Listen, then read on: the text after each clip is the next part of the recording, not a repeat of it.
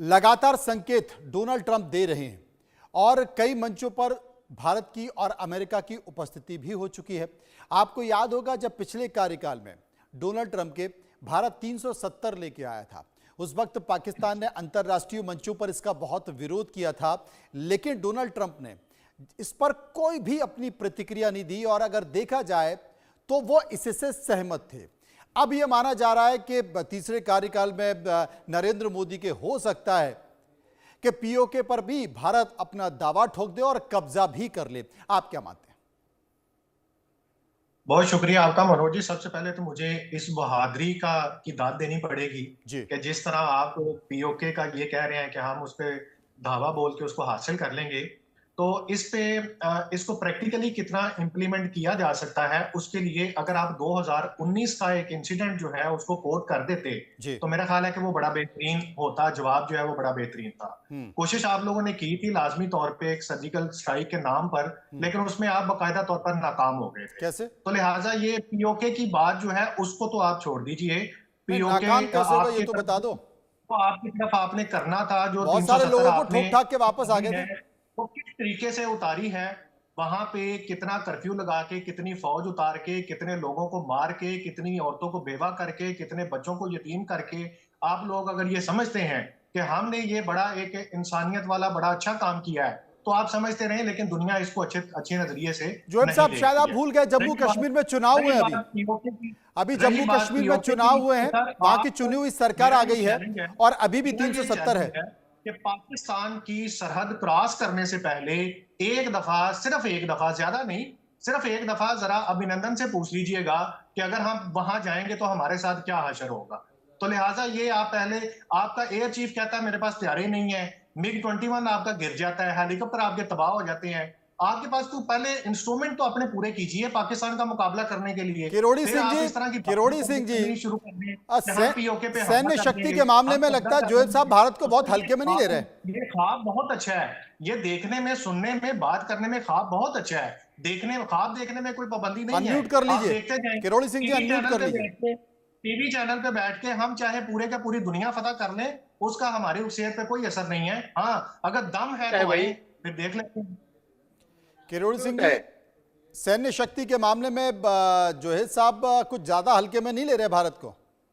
देखिए, सैन्य शक्ति में जहां तक परंपरागत सैन्य शक्ति है उसमें निश्चित रूप से भारत पाकिस्तान से कहीं बहुत ज्यादा आगे है। लेकिन जहां तक न्यूक्लियर पावर का सवाल है, दोनों की तुलना बराबर के तरह हम कर सकते हैं। लेकिन देखिए, एक चीज हमें ध्यान रखनी चाहिए कि दो देशों के बीच में रिश्ते होते हैं, वो स्वतंत्र और संप्रभु राष्ट्र होते हैं। हम राजनेता ये मान के चलते हैं कि नारों से हम रिश्ते बदल देंगे, या हम बुद्धिजीवी लोग ये माने कि हम तकरीरों से रिश्ते बदलते हैं, तो नहीं बदलते हैं। दोनों राष्ट्रों के अपने अपने हित हैं। पाकिस्तान का अपना हित है, भारत का अपना हित है। हाँ, निश्चित रूप से सैनिक दृष्टि से भारत पाकिस्तान से मजबूत है, लेकिन सैनिक दृष्टि से भारत पाकिस्तान से मजबूत है। जोहेब साहब, बलूचिस्तान अपने से संभल नहीं पा रहा है, टीडीपी नाक में दम कर रहा है, तालिबान अलग संकेत दे रहा है। पाकिस्तान कितना पावरफुल है या किसकी फौज में कितना दम है, ये उस वक्त पता चलता है जब दो मैदान के अंदर दो, जो आप कहते हैं ना कि लड़ने वाले उतरते हैं। मैंने एक छोटी सी एग्जांपल दी है कि अभिनंदन आपका ये ना, हमारा तो नहीं है। आपने कभी उसे पूछने की जुर्रत की है कि भाईजान आपके साथ हुआ क्या था? मैं ये कह रहा हूं कि टीवी चैनल पे बैठ के जंगें और तरह से लड़ी जाती हैं, जबकि मैदान में जंगें और तरीके से लड़ी जाती हैं। अच्छा, तो जोहेब साहब, आपके पूर्व विदेश मंत्री ने संसद में स्टेटमेंट दिया था। देखिए, आपने कहा ना कि टीवी पे बैठकर कुछ भी जो, तो आपके पूर्व विदेश मंत्री ने संसद में यह स्टेटमेंट दे दिया था और वो स्टेटमेंट दिया था कि साहब अभिनंदन को अगर हम छोड़ते नहीं तो भारत हम पर हमला कर देता, हमारे पैर कांपने लगे थे। अब उनके स्टेटमेंट को लेकर क्या कहेंगे आप?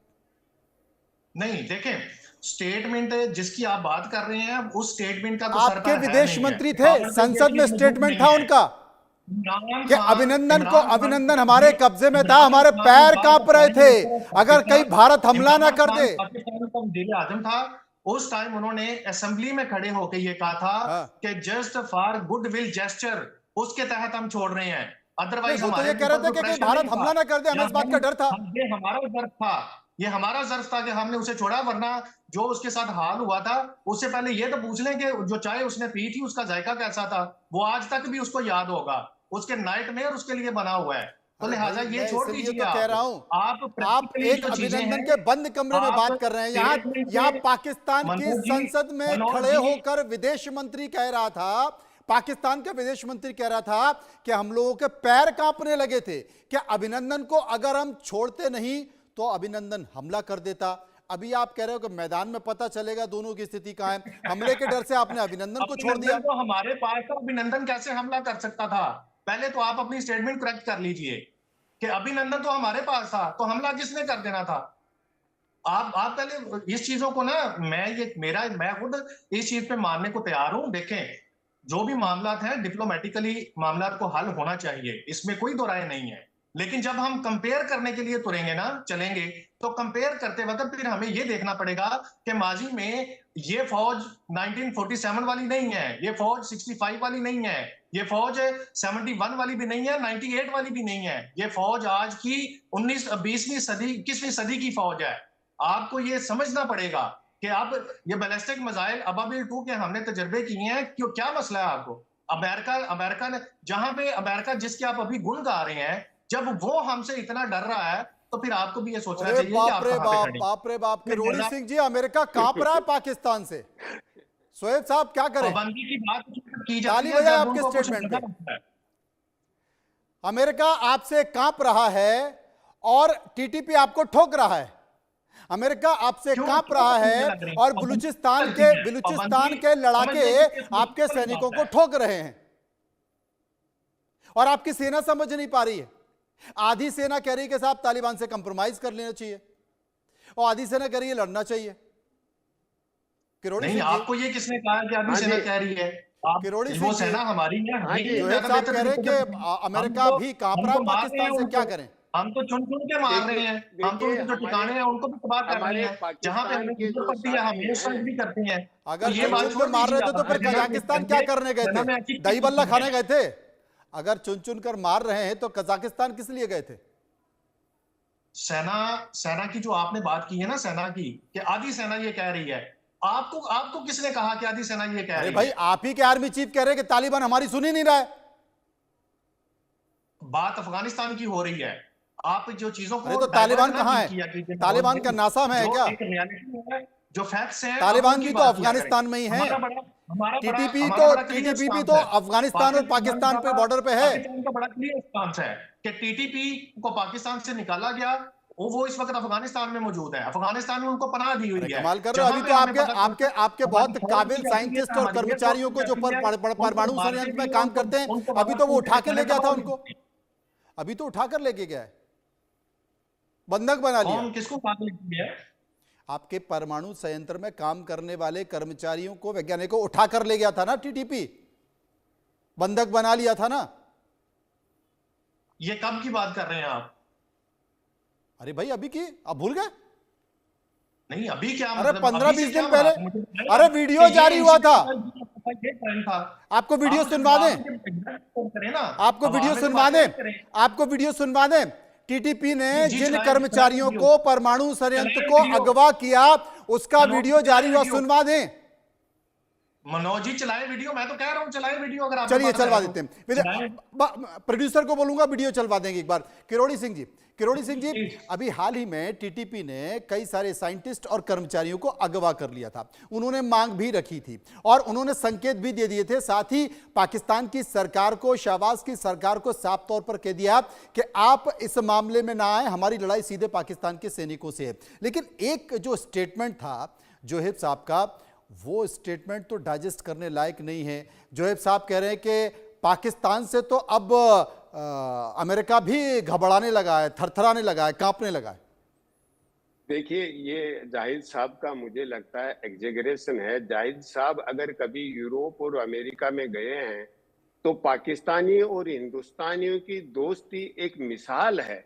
जिस तरीके से पाकिस्तानी और हिंदुस्तानी वहां दोस्ताना रिश्ता रखते हैं, और यहाँ हम जब हिंदुस्तान और पाकिस्तान की बातें करते हैं तो जंग पे उतर आते हैं। देखिए, पाकिस्तान के आंतरिक मामलों में बहुत सी दिक्कत हो सकती है, भारत के आंतरिक मामलों में बहुत सी दिक्कत हो सकती है। तो जो पाकिस्तान के आंतरिक मामले हैं वो पाकिस्तान सोल्व करे, भारत के आंतरिक मामले हैं, आंतरिक जो समस्याएं हैं वो भारत सोल्व करे।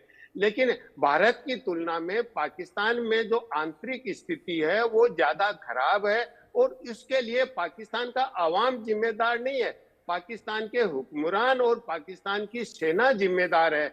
अगर हम पिछले चुनाव में पाकिस्तान में जिस तरह का वोटिंग पैटर्न देखें तो पाकिस्तान के आवाम ने कहीं भी जो इस्लामिक फोर्सेज हैं एक्सट्रीम वाली, उनको वोट नहीं दिया है। तो पाकिस्तान का आवाम है वो तो जमहूरियत पसंद है, लेकिन पाकिस्तान की सेना का जिस तरह से दबाव है पाकिस्तान में, वो पाकिस्तान के लिए खतरा है, भारत के लिए खतरा नहीं है, स्वयं पाकिस्तान और के लिए खतरा है। दूसरी चीज जिस तरीके से ट्रंप ने विदेशी उग्रवाद के खात्मे की बात की है, कितना खतरनाक है और कितना सख्त संदेश हो सकता है पाकिस्तान के लिए, क्योंकि पाकिस्तान की सरजमी पर आतंकियों का इस्तेमाल होता है, आतंकी उसका इस्तेमाल करते हैं। लादेन के तौर पर सबने देखा, भारत में जितने भी हमले हैं वो सबने देखा, कितना सख्त संदेश। देखिए, ये ट्रंप ने बिल्कुल स्पष्ट रूप से कहा है कि जो इस्लामिक एक्सट्रीमिज्म है वो दुनिया के लिए बहुत बड़ी प्रॉब्लम है। उन्होंने पाकिस्तान के स्पेस संदर्भ में नहीं कहा है, कहीं भी हो एक्सट्रीमिज्म है वो समस्या है और उसका समाधान करना चाहिए, क्योंकि एक्सट्रीमिज्म किसी भी तरीके का हो वो किसी भी देश के आवाम का भला नहीं कर सकता। इसलिए ट्रंप की नीति तो बिल्कुल स्पष्ट है, और अभी तक अमेरिका ने 4 देशों को आतंकवाद के समर्थक मान रखा है, क्यूबा, ईरान, नॉर्थ कोरिया और सीरिया। तो अगर पाकिस्तान ज्यादा एक्सट्रीमिज्म की तरफ जाएगा तो स्वयं पाकिस्तान अपने लिए समस्या क्रिएट करेगा और अपने स्वयं के लिए, आवाम के लिए करेगा। नहीं तो क्या समस्या हो सकती है जब अमेरिका खुद ही डर रहा है, अमेरिका के खुद ही पैर कांप रहे हैं पाकिस्तान से, जैसा कि जोहेब साहब बता रहे हैं, तो इसमें समस्या तो कोई है नहीं। जाहिद साहब ने थोड़ा सा एक्सट्रीम में कह दिया है, जाहिद साहब शायद खुद भी इसमें भरोसा नहीं करते होंगे, ये शायद वो इमोशनली आउटब्रस्ट होके कह दिया होगा कि अमेरिका पाकिस्तान से कांप रहा है। सर जोहेब साहब नहीं, मैं मुझे इसका जवाब देता हूँ। जोश में होश तो नहीं खोए। रोडी सिंह ने बड़ी अच्छी बातें की हैं, मैं आपकी इस बात से बिल्कुल इत्तेफाक करता हूँ कि जब हम इंडिया और पाकिस्तान से बाहर निकलते हैं तो बाहर के देशों में, मैंने अल्हम्दुलिल्लाह दुबई को विजिट किया, मलेशिया में मैं गया हूँ, यूरोप में भी मैं गया हूँ, इसमें कोई शक नहीं है कि वहां पे इंडियन और जो पाकिस्तानी है वो बड़े अच्छे दोस्त हैं। अगर हम ज्यादा दूर ना जाएं, सिर्फ हमारी जो एंटरटेनमेंट इंडस्ट्री है, हम अगर वहां पे नजर दौड़ा लें तो हमारे इस वक्त पंजाबी एंटरटेनमेंट इंडस्ट्री में ज्वाइंट वेंचर्स हो रहे हैं, फिल्में बन रही हैं, इसमें कोई शक नहीं है। ये बिल्कुल आपने दुरुस्त बात कही है और मैं आपकी इस बात से एग्री करता हूं। लेकिन जो बात आपने कही ना कि मैंने फरते जज्बात में आके ये बात कह दी, देखे जब हमने, आपको भी ये पता है, इसी टीवी चैनल पर प्रोग्राम होते रहे हैं पिछले दिनों, जब हमने अबाबिल 2 का टेस्ट किया कि अमेरिका ने पाबंदियां लगाई पाकिस्तान पे, अमेरिका ने पाकिस्तान के न्यूक्लियर प्रोग्राम को एक थ्रेट करार दिया। क्यों करार दिया? देखिए, पाबंदी किसी चीज पे, ये सोचने वाली बात है ना, उस वक्त लगती है जब हमें ये पता चलता है कि ये चीज हमारे वजूद के लिए खतरनाक है, ये हमारे लिए एक खतरे का बायस है, तो उसी वक्त पाबंदी लगती है। अदरवाइज आज से पहले पाबंदी क्यों नहीं लगी है? आज से पहले इस तरह की स्टेटमेंट्स अमेरिका की तरफ से क्यों नहीं आई हैं? तो कहीं ना कहीं पे ये जज्बाती नहीं है, ये हकीकत मैं आपसे बयान कर रहा हूं। तो लिहाजा इसको मेरे जज्बात ना समझें, बल्कि ये फैक्ट्स हैं इस वक्त जो मैंने आपके सामने रखे हैं। चलिए, आपके फैक्ट हैं, बताते हैं। लेकिन इस बीच चूंकि तालिबान का जिक्र हो रहा था, तो तालिबान और पाकिस्तान